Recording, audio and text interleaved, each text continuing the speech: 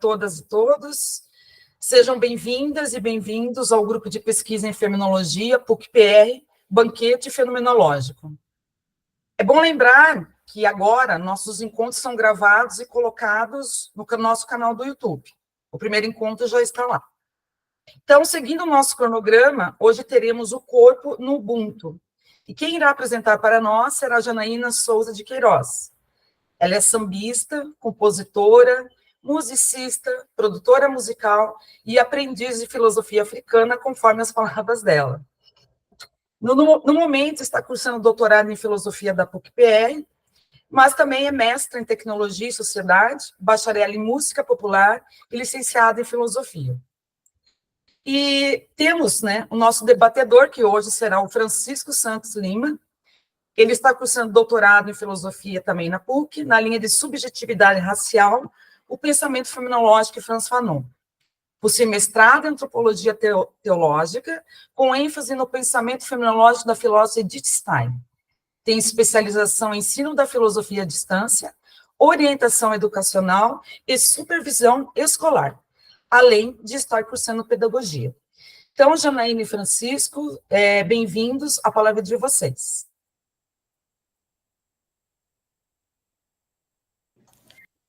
Boa tarde, noite a todas, todos.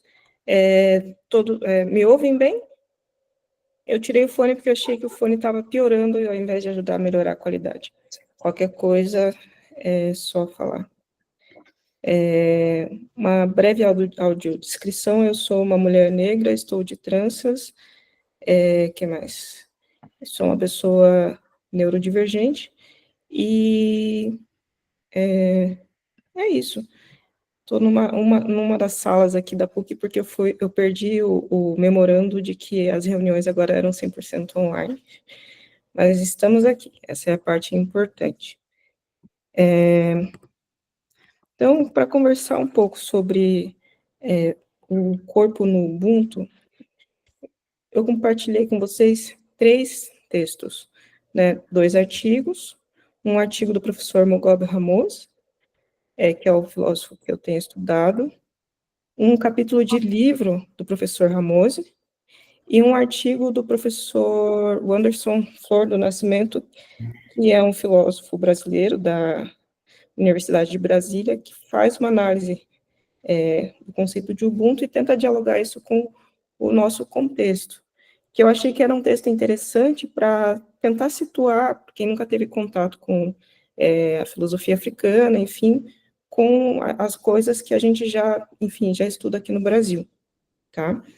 Então, eu vou compartilhar, como é que eu faço isso? Compartilhar uma janela. Eu acho que você vai ali onde tem Apresentar agora. Aquela flechinha, sabe? Aquele quadradinho com uma flechinha ali, um retângulo, tá? Isso. Está escrito apresentar agora. Exatamente como assim. Acho que agora vai.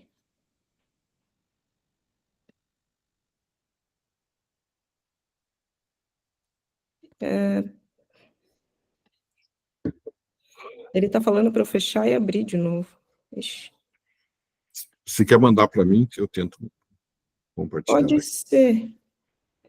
Ou então a Simone é o texto A Filosofia do Ubuntu e o Ubuntu como uma Filosofia, que é a tradução do 3º capítulo do livro do professor Ramos.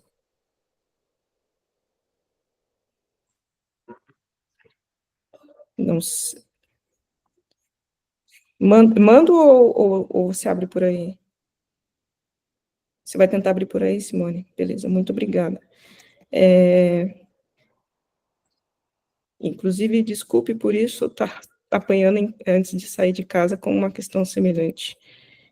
Na tentativa de fazer a mesma coisa, só que eu não consegui compartilhar a tela. É que você quer? Isso, perfeito. Tá.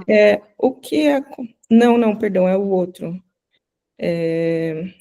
A filosofia do Ubuntu e o Ubuntu como uma filosofia. Porque tem uma questão de tradução, uma dificuldade linguística mesmo, para a gente entender o significado do termo, dos termos, né? Perfeito. Então, o que aqui o professor Ramos está chamando de Ubuntu, no caso da África do Sul, né, se chama de Ubuntu, em diferentes lugares de África, o significado é o mesmo, mas os nomes podem ser diferentes, tá? Mas aqui, para a gente se restringir a uma coisa só, então, Ubuntu, o professor Ramos coloca aqui, é a raiz da filosofia africana, né, que a existência africana no universo, ela é inseparavelmente ancorada no Ubuntu, tá? É como se fosse a árvore do conhecimento africano derivada do Ubuntu, né? Então, ele diz, Ubuntu é, então, como uma fonte fluindo ontologia e epistemologia africana. Se essas últimas forem as bases da filosofia, então a filosofia africana pode ser estabelecida em e através do Ubuntu. Nosso ponto de partida é que o Ubuntu pode ser visto como base da filosofia africana. Aí, ele vai, ao longo do texto, procurar elucidar melhor esse significado. Então, um pouquinho mais adiante, ele vai falar da raiz da palavra Ubuntu. Ubuntu são dois termos em um. Então, a página seguinte, por favor, Simone. Aqui, filosofia em Ubuntu. Filosoficamente, a melhor forma para aproximar-se deste termo é pô-lo como uma palavra hifenizada, ubu, hifen, untu. Ubuntu, ou Ubuntu, é atualmente duas palavras em uma. Consiste no prefixo ubu e a raiz untu. Ubu evoca a ideia de existência, em geral, e untu evoca a ideia de ser. Ou seja,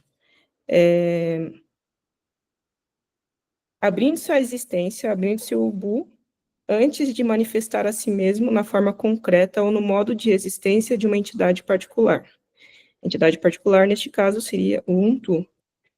Deixa eu só fazer um trem que eu não estou vendo o que vocês estão vendo. Então, o Ubuntu aberto à existência é sempre orientado para um desdobramento, que é uma manifestação concreta, incessantemente contínua, através de formas particulares e modos de ser. Neste sentido, o Ubuntu é sempre orientado para um tu, ou seja, a existência é sempre orientada para o ser. O Bu e um tu não são radicalmente separáveis e realidades irreconciliavelmente opostas, pelo contrário, são mutuamente fundadas, no sentido em que são dois aspectos da existência como uma unicidade e inteireza indivisível. Portanto, o Bu, hífen um tu, é uma categoria ontológica e epistemológica no pensamento africano do povo de língua banta.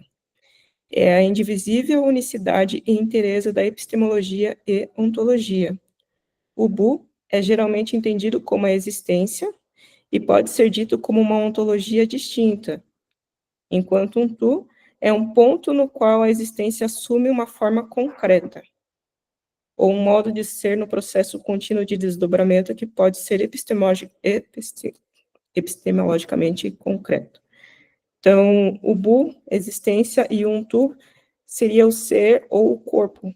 Talvez a gente possa usar a palavra corpo aqui. Eu estou perguntando / afirmando. Não tenho certeza.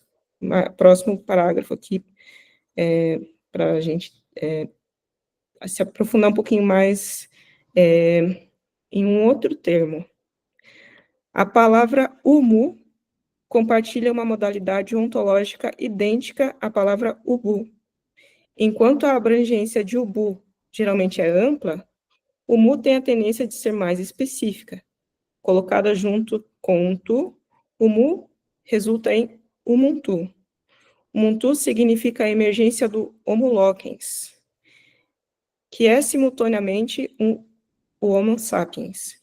Em uma linguagem coloquial, significa o ser humano, o criador de política, religião e lei. Umuntu, então, é uma manifestação concreta e específica do Mu. É um caminhar do geral para o específico concreto. O Muntu é uma entidade específica que estende-se a conduzir uma investigação ao ser, experiência, conhecimento e verdade. Esta é uma atividade anterior ao ato. É um processo contínuo, impossível de parar. Por esta razão, o Bu pode ser considerado como vir a ser, e isto evidentemente implica uma ideia de movimento. Ele vai colocar mais adiante que o Ubuntu é o ser sendo.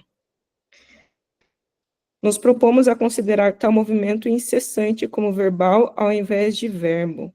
Ubuntu pode ser interpretado como existindo temporariamente.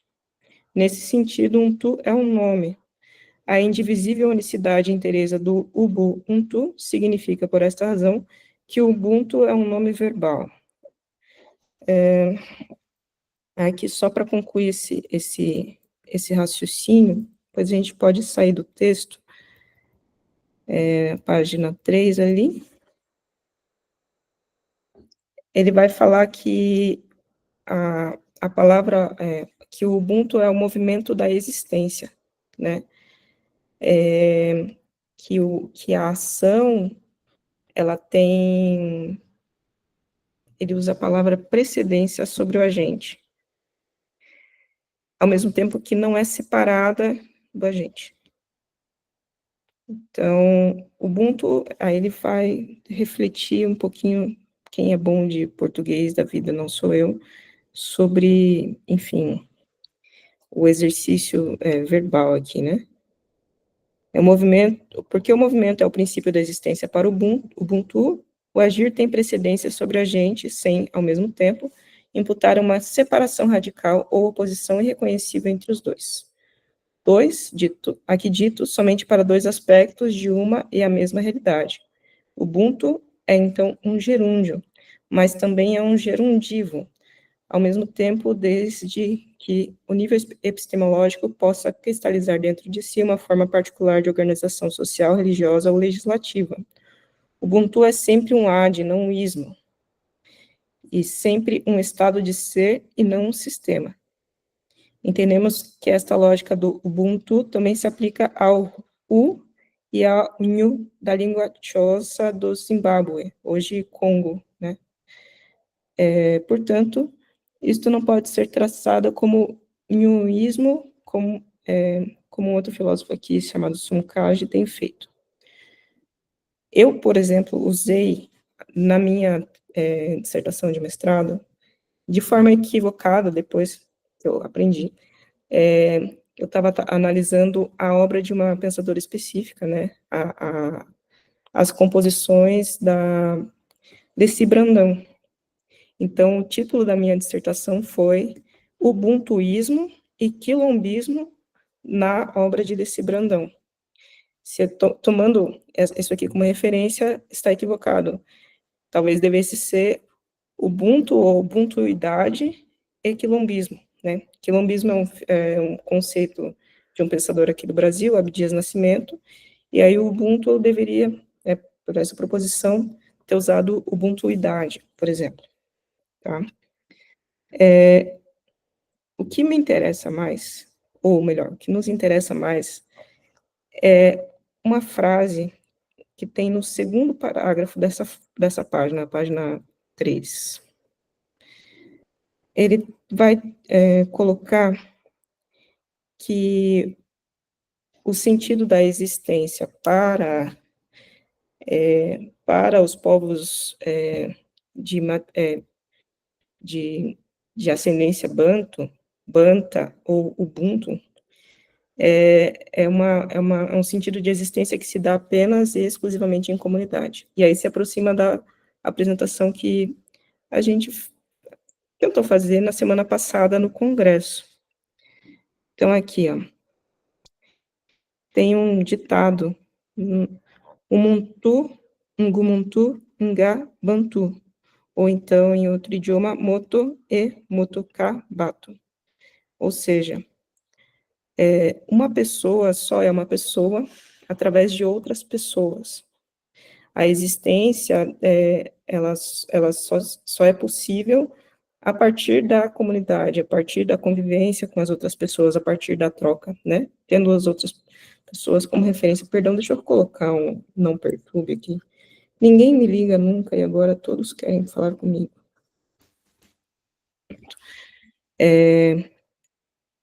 Aí até aqui o Ramos, ele aborda a questão do problema de tradução, a dificuldade de traduzir isso, né? Embora na língua portuguesa não pode ser exaurido o significado desta máxima, a gente pode tentar traduzir para afirmar que o ser humano só afirma sua humanidade por reconhecimento da humanidade dos outros, e vice-versa.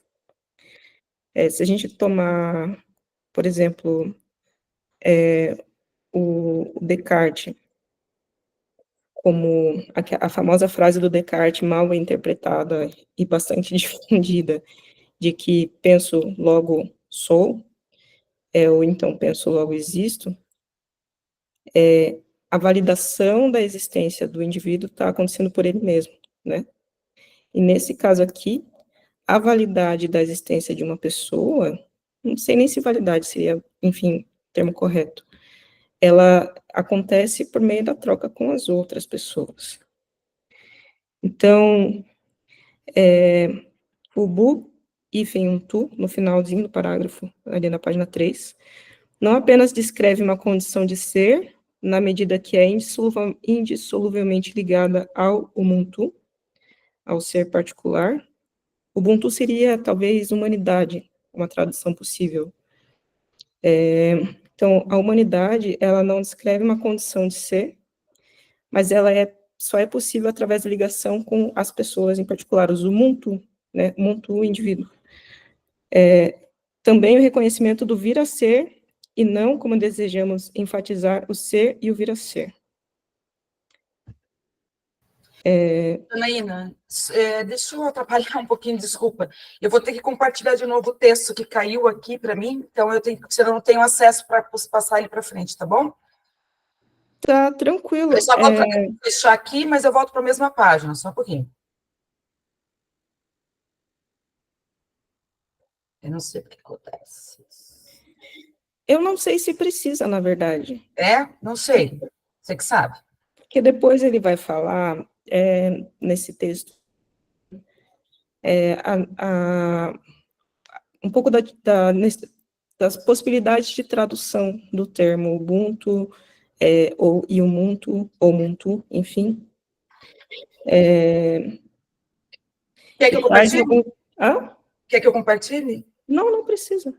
E aí ele traz alguns provérbios no texto para mostrar que a força, digamos assim, de uma comunidade, de um povo, está justamente no fato de ser povo, né? Nesse livro aqui, não sei se vocês conseguem ver, Ubuntu Todos os Dias, da Munji Ngomane, ela apresenta logo no primeiro capítulo um provérbio que fala que antes de existir qualquer indivíduo, já existia a comunidade, que é a ênfase nesse cuidado com o coletivo.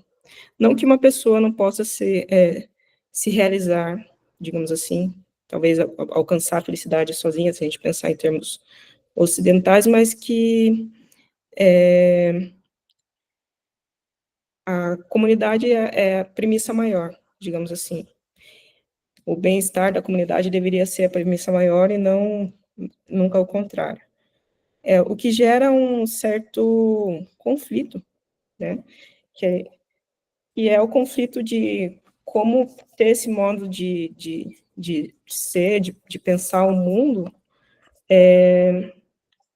nesse contexto capitalista que nós estamos, né? Pós-colonização, invasões, etc., que aparece bem nesse outro estudo aqui. O livro Africano Sem Título, do Bunkensi Fukiao. Busenki, perdão, eu li o contrário, Busenki Fukiao. A pronúncia, me perdoem, eu não sou fluente em Bato. O professor Fukuyama, ele é congolês. Quer dizer, na época que ele saiu de lá, era Zaire, eu acho. Mas, enfim, não, Zimbábue, perdão. E hoje, Congo, né? Mas ele trabalha nesse outro livro bem a fundo um pouco do conflito existencial de lideranças africanas que tentam dar conta de uma legislação, digamos assim, ocidental, num contexto onde a comunidade tem as tradições africanas como centro, como base, né? E aí é um problema, em parte, também de tradução, mas não só. Eu perdi noção do tempo. Faz 20 minutos que eu estou falando? Isso? Jesus. O que mais que era importante enfatizar aqui? Eu fiquei pensando muito sobre a questão do corpo, né, que seria talvez o foco mais importante aqui do nosso grupo. Como aparece essa questão da corporalidade, da materialidade, dentro dessa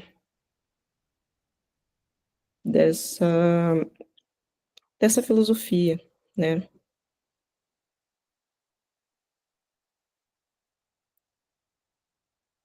Deixa eu só...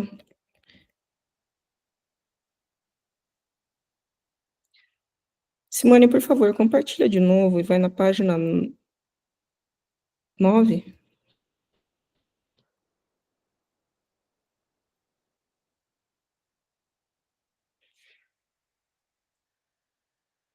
Desse mesmo texto. Perdão, página 10. A metafísica da filosofia Ubuntu. E o professor, ele retoma, depois enfim, de um debate específico, ele volta aqui para falar sobre o Ubuntu e o Ubuntu. O Ubuntu é a personificação da ontologia e da epistemologia do Ubu.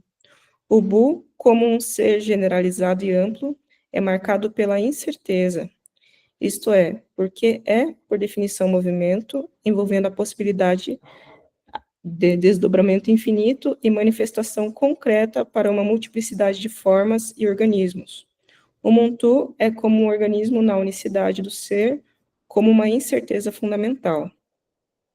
Um elemento específico da experiência e do conceito da unicidade na filosofia Ubuntu é o entendimento do ser nos termos de 3 dimensões interrelacionais. Encontramos a dimensão da vivência, Ubuntu, que torna possível o discurso e o conhecimento de ser. A segunda dimensão é a dos seres que passaram longe do mundo dos vivos. Estes seres partiram do mundo dos vivos através da morte. Entende-se, portanto, que a morte interrompeu sua existência apenas no que diz respeito ao concreto, do corpo e na vida cotidiana, como nós a conhecemos. Mas acredita-se que a morte não interrompa totalmente a vida desses seres que partiram. Em vez disso, eles são acreditados para entrar e continuar a viver em um mundo desconhecido para aqueles deixados para trás. No fundo desta crença, os falecidos são chamados de mortos-viventes, ou então abacanzi, um termo bastante contestado, ancestrais, continua a ser usado como sinônimo de mortos-viventes. O morto-vivente continua a viver, apesar de sua saída do mundo dos vivos. Nesse sentido, eles são imortais. Aí a terceira dimensão é a do ainda a ser nascido.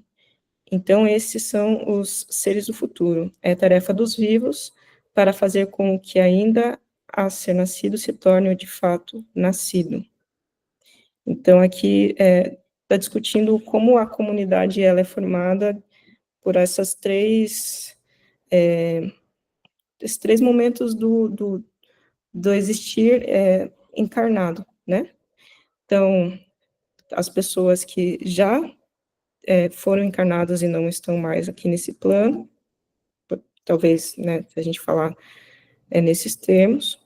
Aí, no nosso caso, que estamos aqui, estamos vivos, encarnados, e também as pessoas que já fazem parte dessa comunidade, embora ainda não existam, digamos assim, desse modo, que é quem há de nascer.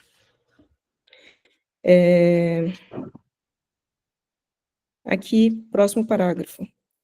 Porque o entendimento Ubuntu de ser envolve 3 níveis da existência humana, nós os chamamos de estrutura ontotriádica de ser, uma vez que 2 destes níveis referem-se a seres que são desconhecidos ou invisíveis, podemos nos referir a eles como a ontologia dos seres invisíveis. A ontologia de seres invisíveis é o discurso sobre o desconhecido a partir da perspectiva dos vivos. O desconhecido permanece desconhecido do lado dos vivos. No entanto, é crível e por causa dessa crença que tem uma influência direta na vida dos vivos. Neste sentido, a crença no desconhecido desconhecível é metafísica. É uma afirmação baseada em crença ao conhecimento sobre os seres fora do domínio do mundo dos vivos. A ontologia de seres invisíveis, portanto, é a base da metafísica Ubuntu.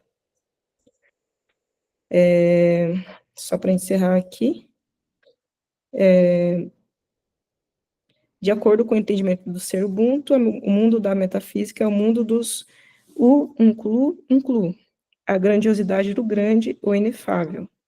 O inefável não é nem macho nem fêmea, mas pode ser generalizado em todo caso como uma fêmea macho, hermafrodita, de acordo com a lógica das línguas Nguni ou Mo, das línguas Soto. O ponto principal é que o unclu não é definível nem indescritível, portanto é melhor ficar calado sobre o desconhecido e simplesmente reconhecer a inefabilidade do Mo de Mo. Unclu. Isto é colocado como um ponto de partida fundamental para explicar por que a filosofia e a religião Ubuntu não possuem nenhuma teologia. Enfim, aí ele vai discutir esse outro aspecto mais adiante. Não sei se a gente tem alguma pergunta, alguma colocação. Deixa eu só voltar aqui, porque eu tinha preparado, ver se alguma coisa importante ficou para trás.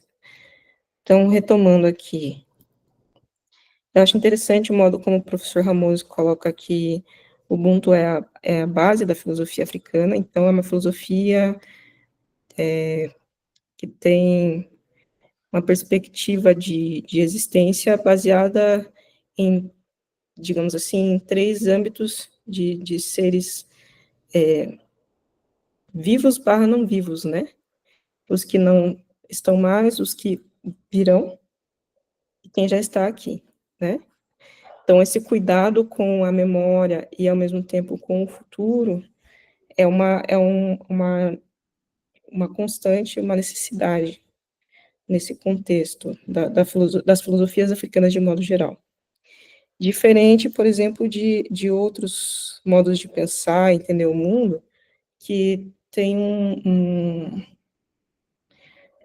não é nem um olhar, não seria pragmático a palavra correta, mas, assim, limitado ao que se apresenta de forma imediata. Enfim. Aí, um outro aspecto que me chama a atenção é que essa ontologia, essa epistemologia do ser sendo, ela permite, até onde eu entendi, que esse ser, ele seja, ao mesmo tempo, em totalidade, em comunidade, mas também em unidade, né? Existe o espaço para o descobrimento, para o novo, implica esse espaço para a vida se desdobrar, para a vida acontecer, e sem deixar de ter o vínculo com a comunidade como algo central, a comunidade, a família, enfim. Eu queria fechar trazendo aqui, achei, trazendo um provérbio barra ditado. Esse aqui tem no livro do professor Fouquial, o livro africano sem título. Kanda Mukutu ou Kanda Mutu. A comunidade, a sociedade existia antes de você. A comunidade conduz tudo, pois ela é a cabeça. O que é bom para a comunidade é bom para os seus membros. Todo mundo é um produto social. Aceita-se a comunidade como ela é, não como se quer que seja. Eu tenho achado essa reflexão muito interessante, tendo em vista os acontecimentos recentes de literalmente botarem fogo no mundo, e dane-se as próximas gerações, né?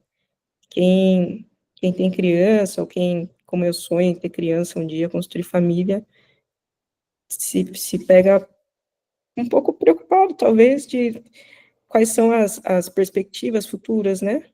Para quem vem depois, se haverá um depois, enfim.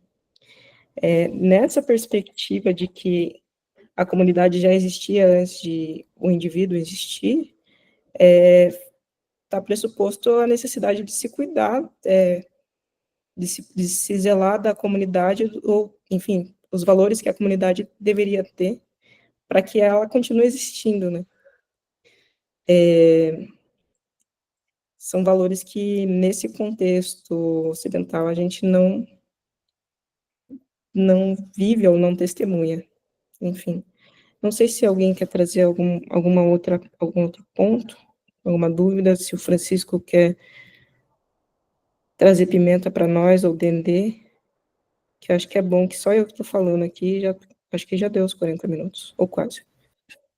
Quase, ainda não deu, mas você pode ficar à vontade, o Francisco pode falar.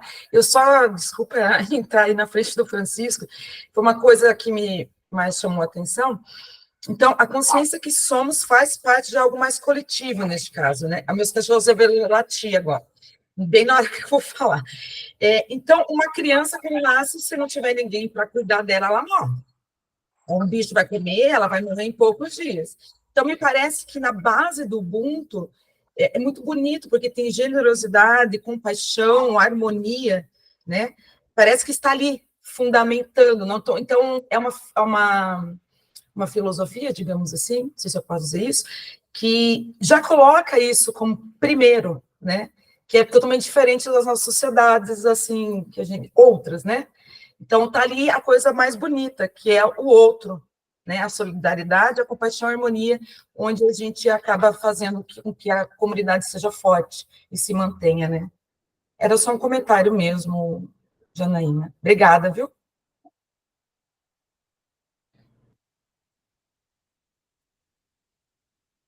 Francisco, quer falar alguma coisa? Bruno levantou a mão. O Bruno. Eu fiquei na dúvida se era o Francisco ia falar ou eu. Então, eu gostei bastante da analogia final do provérbio, eu não consigo pronunciar o nome do filósofo, escritor, este mesmo, né? É esse. Eu gostei bastante da analogia que ele fala foi uma analogia direta até do corpo, assim, da cabeça, dos membros, assim. Acho que é uma forma de corporalidade, a construção, ou o construto mesmo social entre esse objetivo, essa abertura relacional, tanto da condição para o ser no mundo. Acho que está bem relacionado nesse sentido. Só eu queria fazer um comentário mesmo, não era uma pergunta mesmo, não era em si.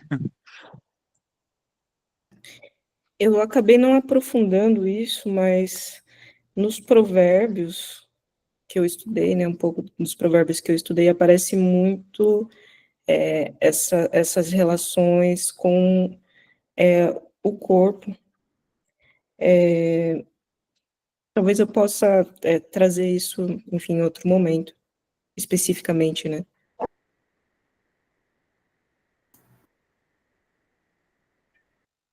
Há uma curiosidade, né? Tem que perguntar de novo.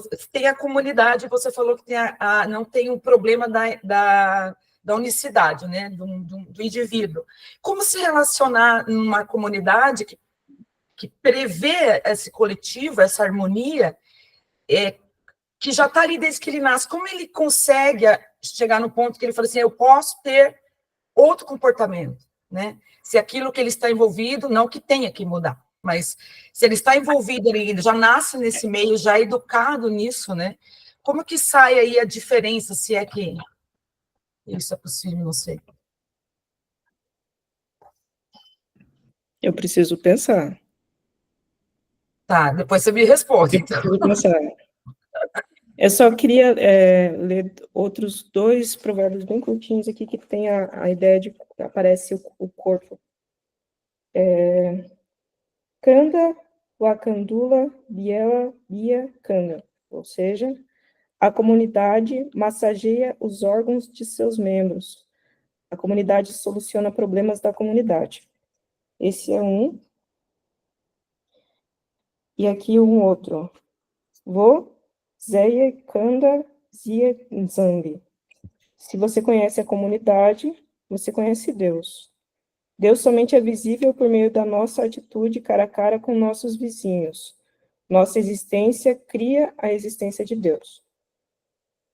Enfim, nos provérbios vai aparecendo esse aspecto da corporalidade, talvez com mais força. Chico? Oi. Então, eu vou ficar nesse texto que a Janaína colocou, e eu trabalhei um pouco desse texto aqui hoje. Deixa eu pegá-lo aqui. Isso. Para a gente conversar e dialogar um pouco em relação ao que nos foi proposto, né? Então, deixa eu ver aqui onde está isso.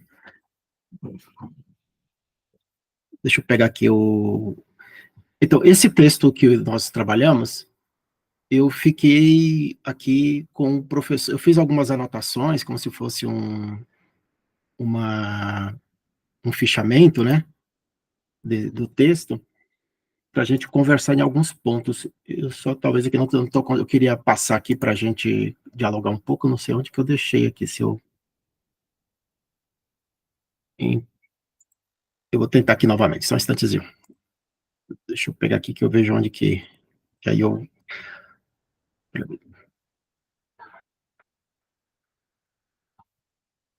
Compartilhado com a gente. Está compartilhado, né? Que eu abri aqui em um outro local, não estou conseguindo passá-lo aqui em relação aqui para cima, que eu não vi onde que ele... local aqui que ele está nesse momento. Mas tá bom. Eu vou pegando aqui, eu quero conversar com vocês aqui em alguns aspectos que eu fiz como eu falei, eu fiz um